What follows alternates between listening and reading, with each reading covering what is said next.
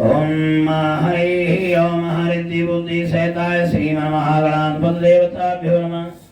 सबसे पहले गणेश जी का ध्यान करें। ओम हरि ओम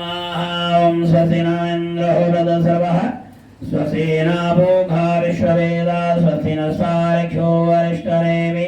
स्वस्तिनो बृहस्पति दधातु ओम वः पृथिव्यां वयो धरीषो वयो दिव्यन्तरिके वयोधा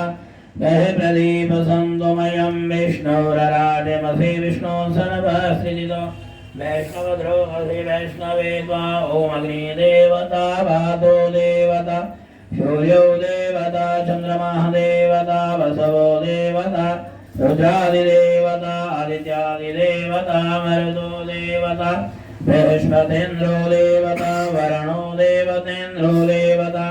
ओम यौ शांतिरंतरिक्षं शांति पृथिवी शांतिरापः